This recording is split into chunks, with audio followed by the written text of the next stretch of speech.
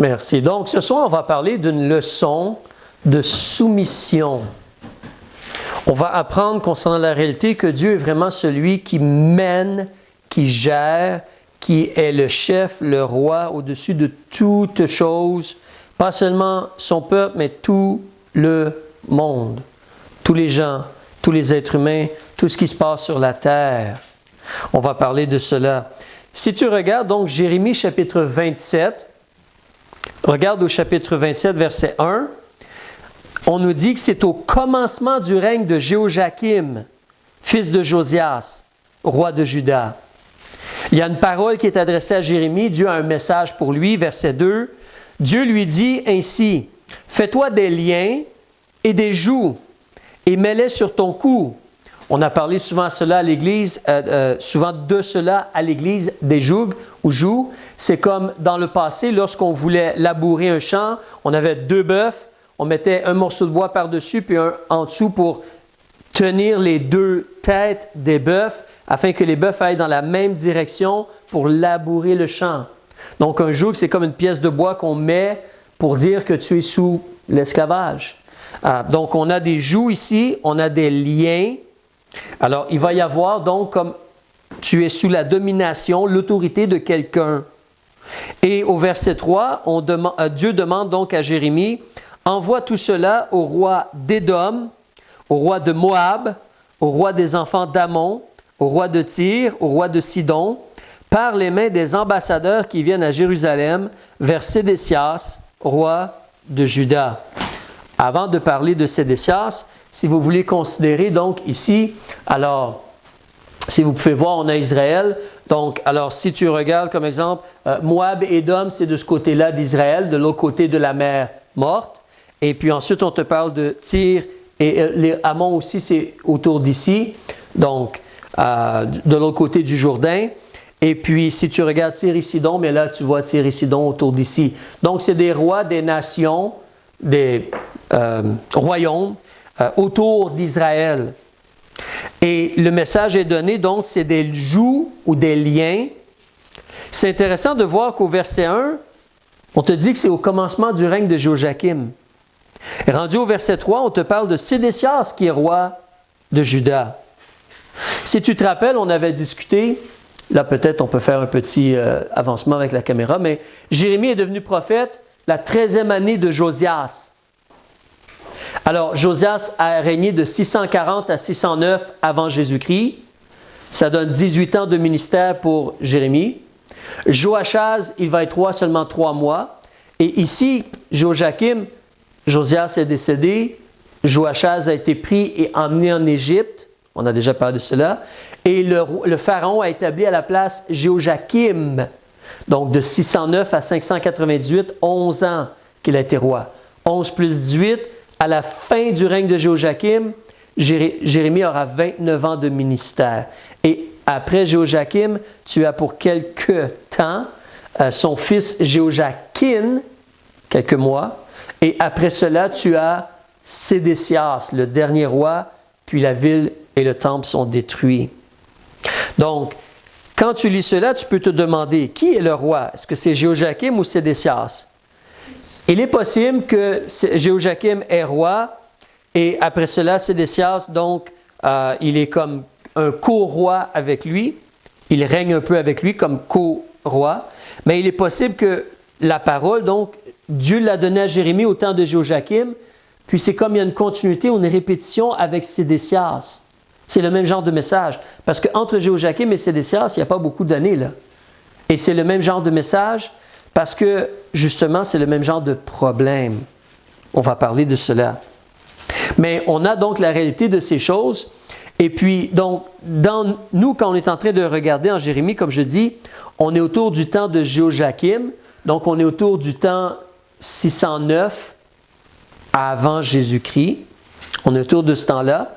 Puis, on se rappelle, si tu veux reculer d'une page au chapitre 26 qu'on a lu la semaine passée, verset 1, on te mentionne que c'est le commencement du règne de Jéhoiakim.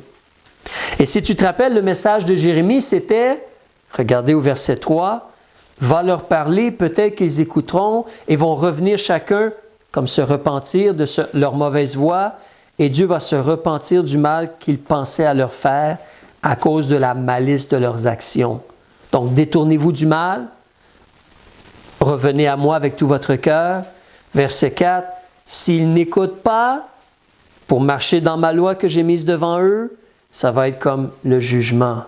Et tu te rappelles, les gens, quand ils ont entendu cela, ils n'aimaient pas que Jérémie parle contre la ville et le peuple de Dieu, mais c'était le message de Dieu. Et d'autres prophètes avaient eu ce message-là. Donc, ici, au début de Jéhoiakim, au début du règne de Jéhoiakim, vers l'an 609, le message de Dieu, c'est détournez-vous du mal. Tu te rappelles, Josias a fait plein de... il a essayé de ramener le peuple vers Dieu. Mais le peuple n'est pas revenu avec tout son cœur. Et donc, au temps de Jéhoiakim, c'est le retourner à Dieu et détournez-vous du mal. C'est le message de Dieu. Et comme le règne de Jéhoiakim avance, là tu arrives au chapitre 27, c'est le commencement du règne encore. Et le message de Dieu, c'est il y a des liens, il y a des jougs. Il y a des liens, il y a des jougs. Tu te rappelles, Jéhoiakim n'a pas fait le bien. Ce n'était pas un bon roi, il n'a pas obéi à Dieu, il n'a pas craint Dieu. Tu te rappelles peut-être même la semaine passée, Jéhoiakim, il a fait tuer un prophète de Dieu. Et peut-être qu'il aurait voulu tuer Jérémie, mais il y a une famille, il y a des gens qui ont protégé, des gens dans la cour du roi qui ont protégé Jérémie. Alors Jéhoiakim, ce n'est pas un bon roi, il ne veut pas faire le bien du tout. Et ce qui se produit, donc, on est autour de 609, 608, 607, c'est le début du règne de Jéhoiakim. Le message, c'est détournez-vous du mal. Le message, c'est il y a des jougs, il y a une autorité sur vous. Donc, ce n'est plus le roi à Jérusalem qui a la prééminence, comme David avant, où les fils de David, Salomon et tout, il avait un grand royaume. Ce n'est plus comme cela. Donc, on est au commencement du règne de Jéhoiakim. Maintenant, fais un gros saut avec moi dans le livre de Daniel. Alors, le livre de Daniel, après donc Ézéchiel, tu as Daniel, Jérémie, Lamentation de Jérémie, Ézéchiel, Daniel, chapitre 1. On va noter quelque chose d'intéressant et d'important. Daniel, chapitre 1, page 1065. On va surtout regarder le verset 1 et 2 pour l'instant, parce qu'en réalité, là, on est autour du même temps. Alors, dans le temps de Jérémie, au chapitre 26-27, on est rendu à Jéhoiakim, 609, 608, 607. Et dans le livre de Daniel, le premier chapitre en Daniel, remarquez le temps historique, verset 1. C'est la 3e année du règne de Jéhoiakim. Donc, s'il a commencé à 609, Daniel chapitre 1 serait autour de 606 avant Jésus-Christ. Je vous laisse le temps de tourner. Daniel chapitre 1, verset 1. On te dit que c'est la 3e année du règne de Jéhoiakim. Nous, quand on lit dans Jérémie chapitre 26 et 27, on dit que c'est le commencement. Peut-être première, deuxième, troisième année. Mais là, ici, la 3e année de Jéhoiakim, Nebuchadnezzar, roi de Babylone, est venu contre Jérusalem. Il a assiégé la ville et Dieu a livré entre ses mains Jéhoiakim, roi de Juda, et une partie des vases de la maison de Dieu. Puis on a transporté cela à Babylone. On a transporté cela à Babylone. Avec Daniel et d'autres captifs, on les a amenés là. Donc, tu veux garder en tête la 3e année de Jéhoiakim. Techniquement, Nebuchadnezzar est venu, puis il a pris des gens et pris des choses. Mais nous, dans ce qu'on vient de lire dans Jérémie, il ne sent pas que Nebuchadnezzar est venu encore. Mais Dieu avertit, détournez-vous du mal. Et reviens dans Jérémie 27, on va continuer là. Dans Jérémie 27, quel est le message de Dieu? Il va y avoir un joug sur toi.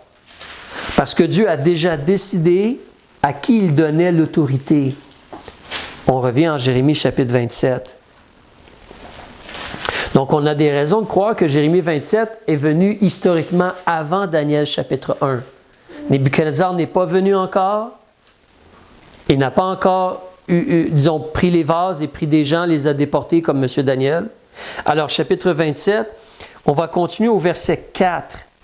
« Donne-leur mes ordres à ces rois-là, tu te rappelles, Moab, Ammon, Tyr, Sidon, donne-leur mes ordres. C'est les ordres de Dieu, là, ce n'est pas des suggestions. Ce n'est pas des possibilités ou des recommandations, c'est un ordre de Dieu, un commandement de Dieu.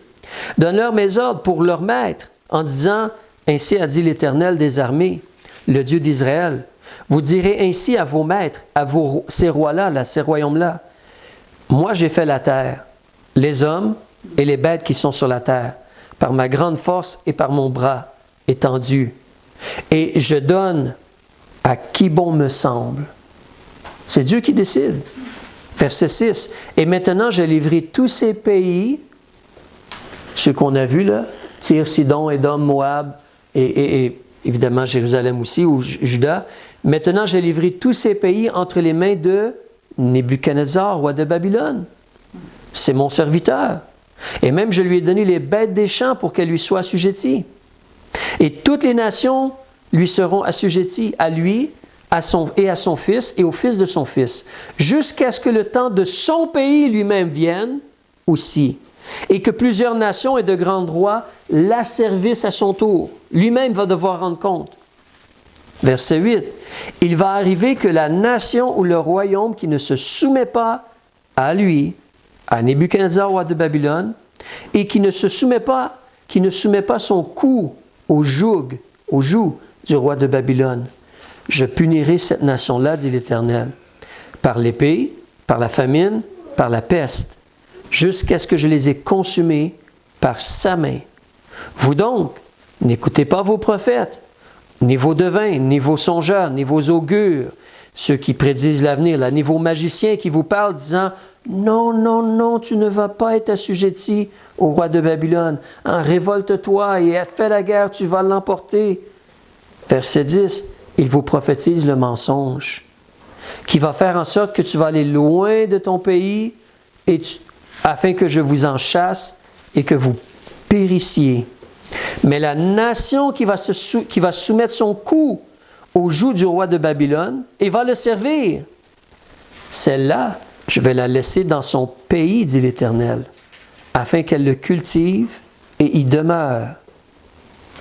Alors tu vois que Dieu, il établit, c'est lui qui a créé. Et c'est Dieu qui décide ce qui est bien de ce qui est mal. Et c'est Dieu qui décide ce qu'il demande de nous. C'est lui qui nous a créés. On a été créés par lui, pour lui. Lorsqu'il a créé Adam et Ève, il l'a placé dans le jardin avec un travail à faire. Alors là où on en est rendu, Israël a désobéi. Et Israël n'a plus la prééminence parce qu'ils ont péché. C'est là qu'on va arriver dans le temps prophétique où c'est le temps des gentils, ou le temps des rois gentils. 4 empires vont se succéder. Les Babyloniens, les Mèdes et les Perses, les Grecs, et encore aujourd'hui, c'est le temps des Romains. Puis c'est le royaume de Jésus-Christ pendant 1000 ans. Et nous, on prend possession du royaume, et on est béni avec Jésus. Mais dans ce temps-là, Jésus dit, OK, là, il est très clair. Il parle à Jérusalem, il parle à toutes les nations, là. Babylone est là, il parle à toutes les nations, puis même monsieur en Égypte, et même les nations vers le nord ici. Avant, c'était les Assyriens, mais il y a des nations ici. Et Dieu dit, c'est Nebuchadnezzar qui est le chef, le roi. C'est lui qui devient responsable de gérer. C'est à lui que j'ai remis l'autorité. C'est à lui que je remets l'autorité. Et ce que je te dis de faire, c'est de te soumettre à lui. Évidemment, on se soumet premièrement à Dieu. Amen. On se soumet à Dieu et aux vérités de Dieu. Mais tu te soumets à l'autorité que Dieu établit et Dieu dit c'est Nebuchadnezzar, l'autorité. C'est pour ça, même nous, en tant qu'enfants de Dieu de nos jours, il n'y a plus de Nebuchadnezzar. Hein? Mais la réalité, c'est que Dieu a établi sur nous des parents, il a établi sur nous peut-être un patron, il a établi sur nous peut-être le professeur à l'école, il y a des pasteurs aux églises pour diriger. Et Dieu, il y a le gouvernement aussi. Et Dieu nous dit, tu te soumets à ces choses, ces personnes, ces choses établies, cette autorité établie par Dieu. Et si tu ne te soumets pas à ces choses-là, en réalité, à qui tu ne te soumets pas? À Dieu lui-même. Ici, si quelqu'un dit non, moi là, Nebuchadnezzar, je ne veux rien savoir de lui. Moi, je fais ce que je veux. Moi, je suis un rebelle sans cause. Qu'est-ce qui va t'arriver? tu vas être puni. Tu vas, comme Paul, pas Paul, excusez, mais comme Dieu dit, comme Dieu dit, qu'est-ce qu'il va y avoir? Il va y avoir 3 genres de jugement, l'épée, la famine, la peste. Tu vas être consumé. Et Dieu dit même clairement, tu vois le combat, qu'est-ce qui se passe? Satan va envoyer des faux messagers qui vont aller dire aux gens, non, non, non, c'est correct, tu es un bon gars, fais ce que tu veux, tu as raison de faire ce que tu fais, rebelle-toi contre lui, c'est un méchant. Les dieux vont être avec toi, Dieu est avec toi dans ce que tu fais. C'est des menteurs. Dieu a déjà parlé, c'est très clair, et on sait comment reconnaître un vrai prophète. Ce n'est pas si difficile que cela, reconnaître un vrai prophète. Tout ce qu'un prophète dit s'accomplit. À date, Jérémie, tout ce qu'il a dit s'est accompli. Et les autres prophètes de Dieu aussi. Donc, ce n'est pas difficile. Mais la situation, elle est là. Donc, il y a le combat, il y a l'âme des nations, mais de l'individu dans la nation qui va décider, est-ce que je me soumets à Dieu, le Créateur? Est-ce que je me soumets à la personne que Dieu a établie en autorité? Est-ce que je fais cela? Israël a des choix à faire et ces nations-là aussi. Mais ça, c'est le message de Dieu à ce moment-là. Avant, tu te rappelles, le message, c'est « détournez-vous du mal ». Là, le message de Dieu, c'est « soumets-toi à mon ordre ». Mon ordre, c'est cela. Et donc, ta part à toi présentement, c'est d'aimer Dieu et d'obéir à Nebuchadnezzar. C'est ta part à toi. Et Jérémie aussi. Tous les gens, cela est devant eux. Et ils doivent choisir, est-ce que je vais écouter mon cœur? Est-ce que je vais écouter ce que moi je veux? Est-ce que je vais écouter ces autres hommes ou personnes-là qui me chuchotent des mensonges? Ou est-ce que je vais accepter le message de Dieu et agir selon le message de Dieu? Donc, il y a un choix. Maintenant, regardons une autre chose. On va arrêter ici dans Jérémie 27, mais on va regarder une autre chose. Si tu veux...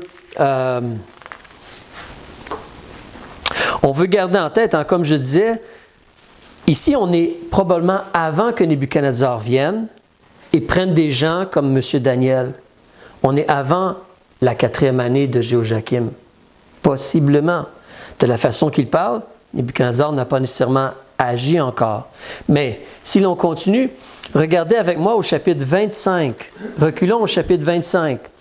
On ne va pas tout lire le chapitre 25, mais juste certaines parties. On va voir que c'est la même période de temps. Chapitre 25, verset 1. La parole qui fut adressée à Jérémie pour tout le peuple de Juda, mais là on donne une date spécifique. On ne dit pas au commencement du règne. On te dit c'est la 4e année.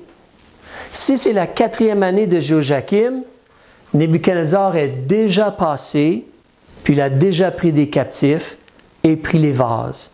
Parce qu'il a fait cela, tu te rappelles, dans Daniel, ça dit la 3e année. Il a fait cela. Tu peux aller le relire, Daniel chapitre 1, versets 1 et 2. Mais il a dit cela. Donc là, ici, on est rendu après.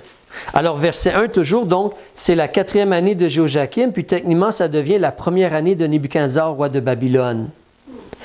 Et là, Jérémie, il prononce une parole devant tout le peuple de Juda et tous les habitants de Jérusalem.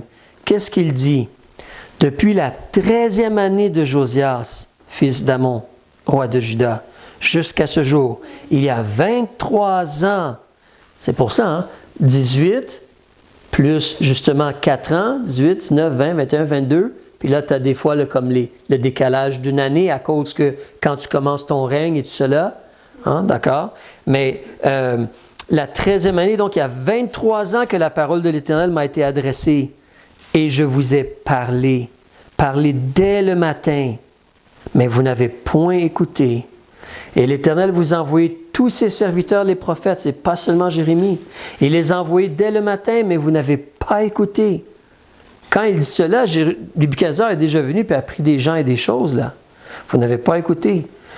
Verset 5, lorsqu'il disait, là, détournez-vous chacun de votre mauvaise voie et de la malice de vos actions, et vous allez habiter sur la terre que l'Éternel vous a donnée, à vous et à vos pères. N'allez pas après d'autres dieux pour les servir et vous prosterner devant eux. Ne m'irritez pas par l'œuvre de vos mains, et je ne vous ferai aucun mal. Mais vous n'avez point écouté, dit l'Éternel, en sorte que vous m'avez irrité par l'œuvre de vos mains.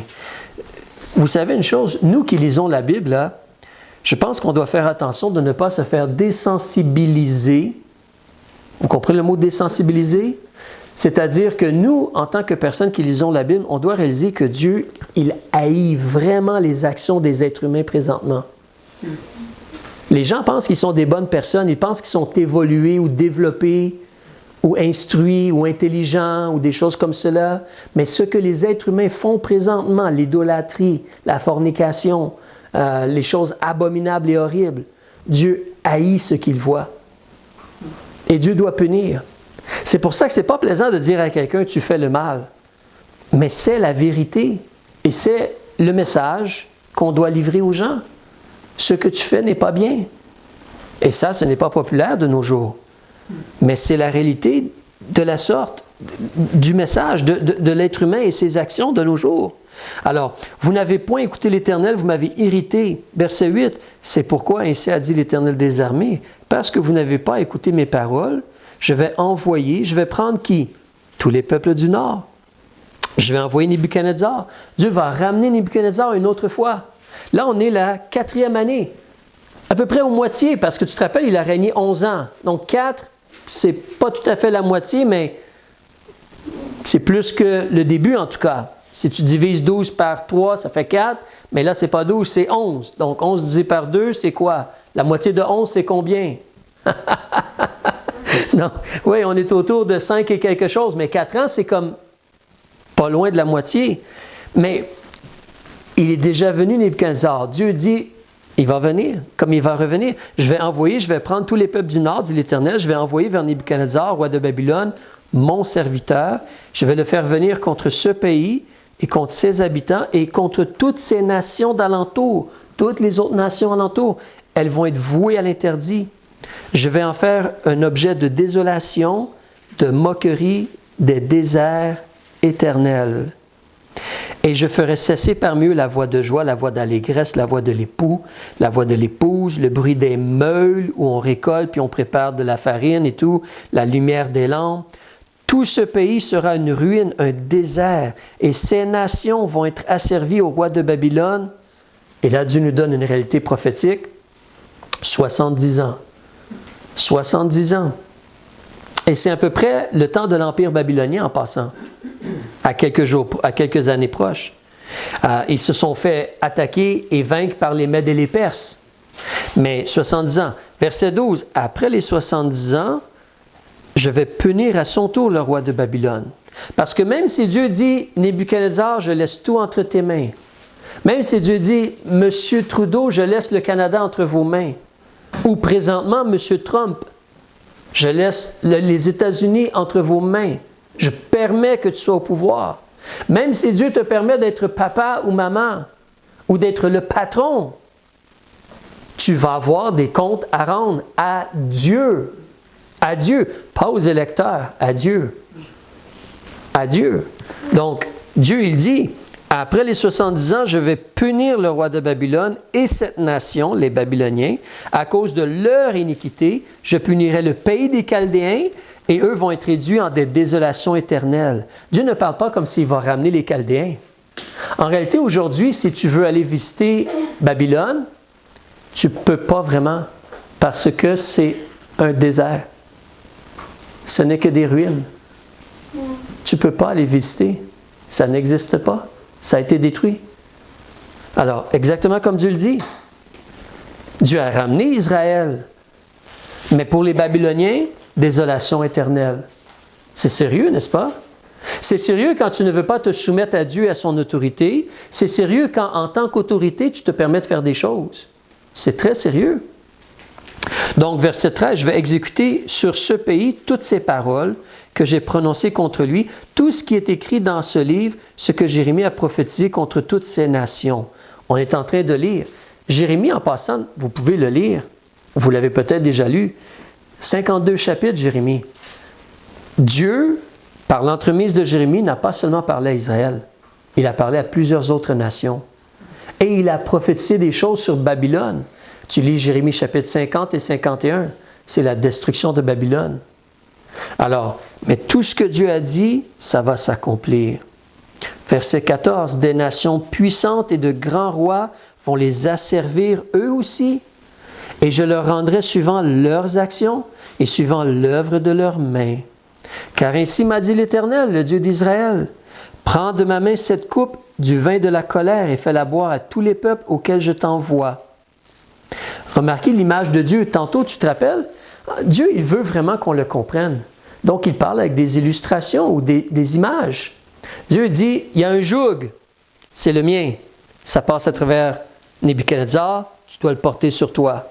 Quoi, tu veux pas? Non, non, non. Moi, je suis Dieu, ça c'est ça, et voilà. Tu vas être puni si tu ne le fais pas. C'est vraiment simple. Et là, Dieu utilise une autre illustration.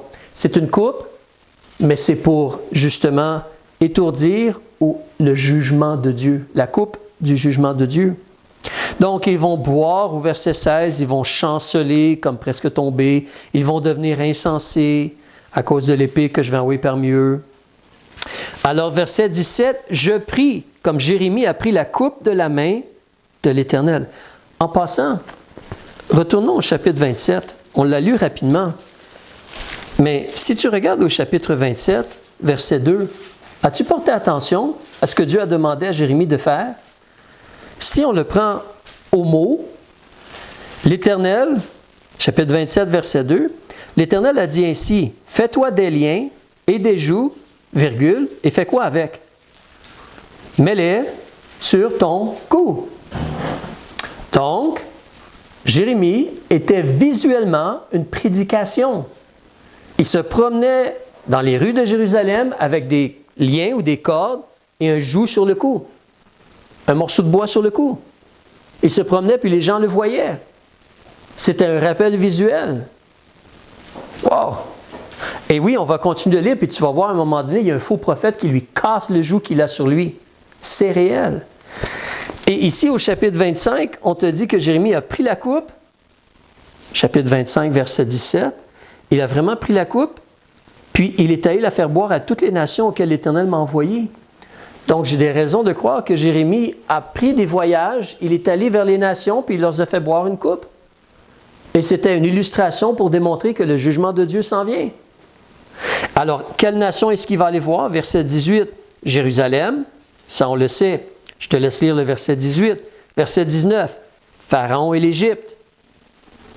Verset 20, les peuples d'Arabie, tu sais, comme l'Arabie saoudite, donc au sud d'Israël.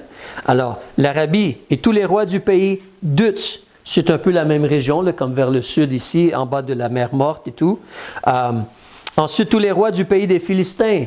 Les Philistins, tu sais, c'est directement sur le bord de la Méditerranée, donc tu as Gaza, mais tu as les autres villes ici aussi, Écron, Asdod, Askelon.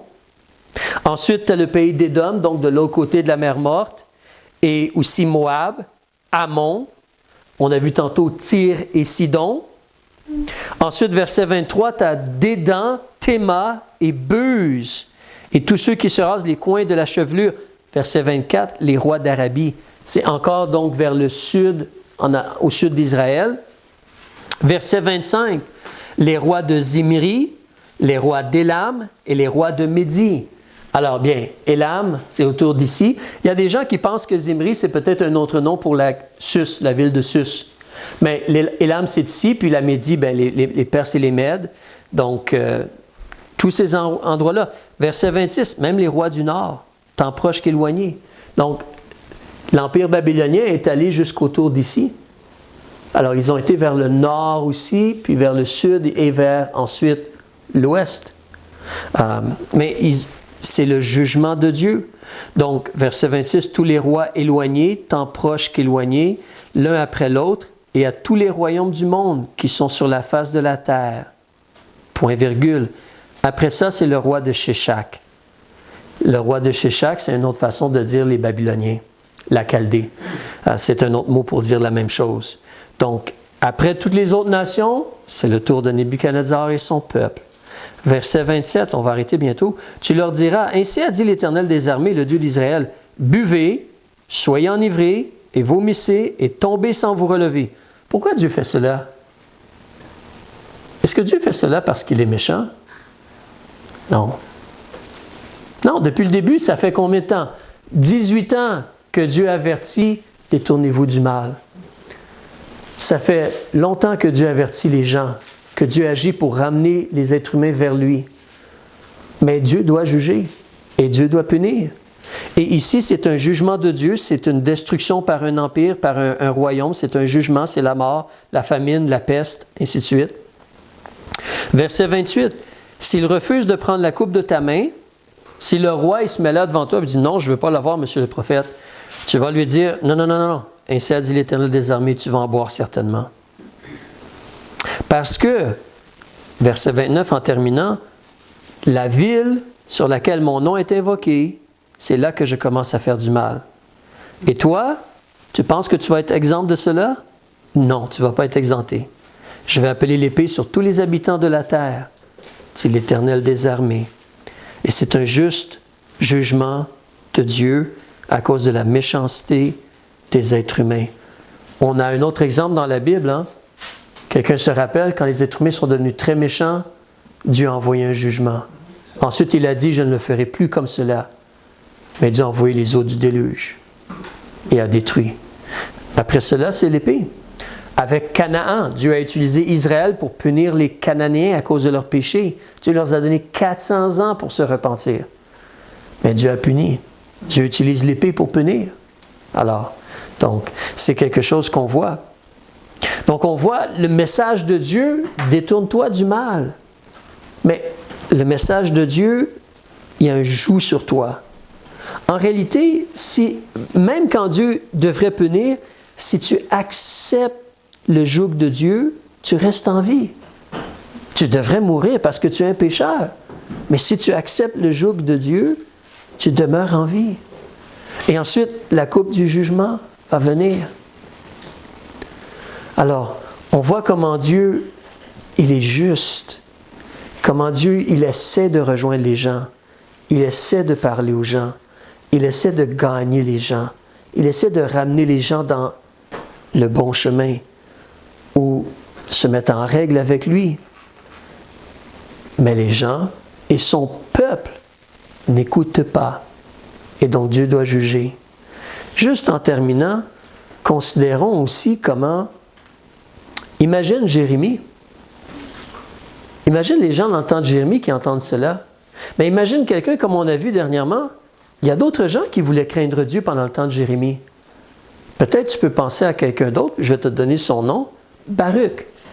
Baruch est mentionné dans le livre de Jérémie. Baruch veut craindre Dieu. Est-ce que tu te rappelles, chapitre 25, c'était Jéhoiakim, quelle année encore dans son règne? Quelqu'un se rappelle? C'était la 4e année de son règne. Chapitre 25, verset 1. La 4e année de Jéhoiakim. Dans la même année, Dieu a un message pour un homme qui craint Dieu, mais qui peut-être est vraiment touché, attristé, découragé par ce qu'il voit et ce qu'il entend. Allons voir Jérémie chapitre 45.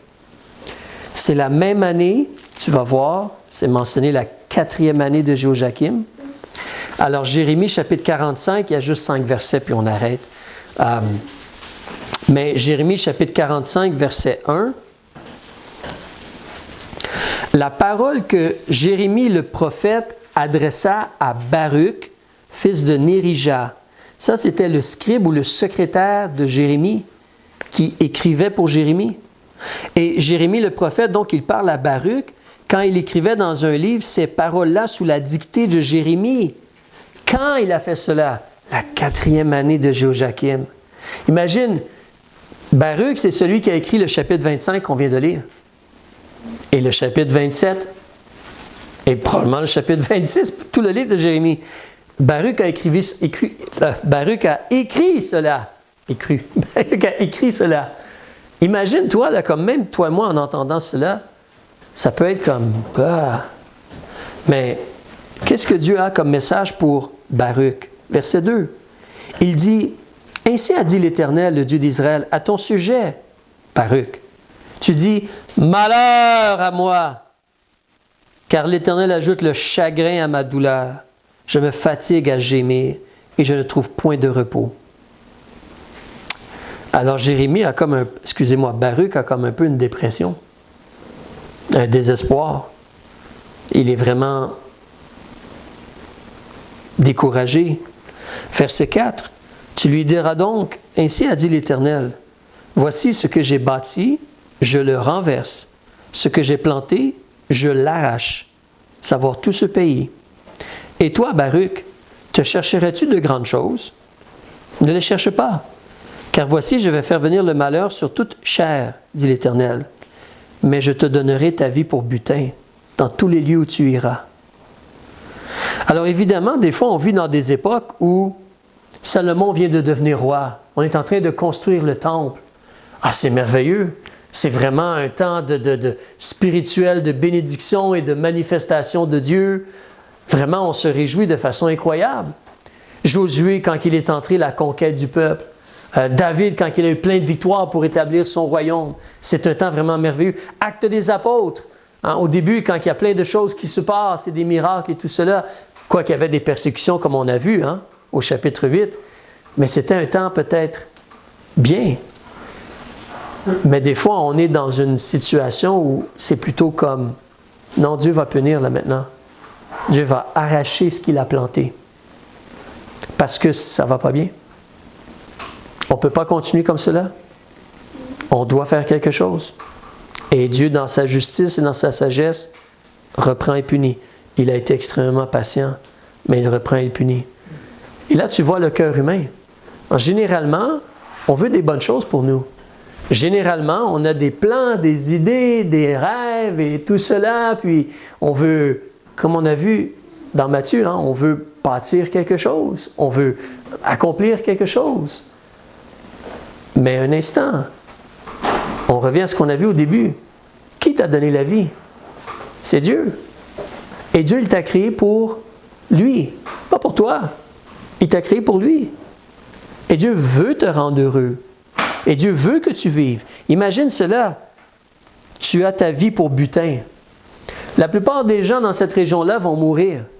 Un jugement de Dieu. Mais toi, tu restes en vie. Est-ce que parce que tu es meilleur que les autres? Est-ce que c'est parce que tu es plus juste que les autres? Non. C'est parce que tu as espéré dans la miséricorde de Dieu. Donc tu es grandement béni et tu es en vie. Tu es en vie.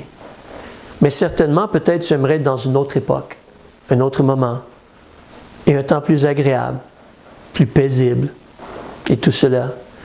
Mais la réalité, elle est devant toi, devant Baruch, que ça va être un jugement de Dieu. C'est pour ça, toi et moi, on doit considérer, on ne s'appelle pas Baruch, ni Jérémie, ni Jéhojakim, ou Nebuchadnezzar, ou quoi que ce soit.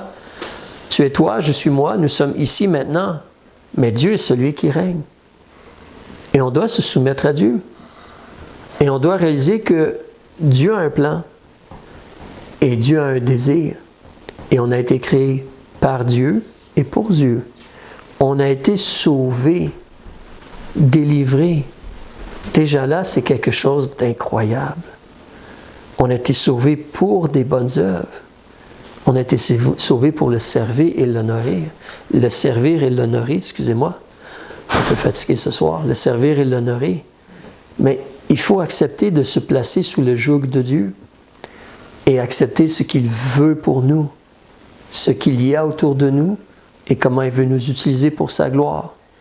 C'est sûr que ce n'est pas toujours facile, mais Dieu va s'occuper de nous et Dieu peut nous donner sa joie, sa paix, sa grâce et sa victoire, sa vie, sa délivrance. Il peut nous donner ces choses-là.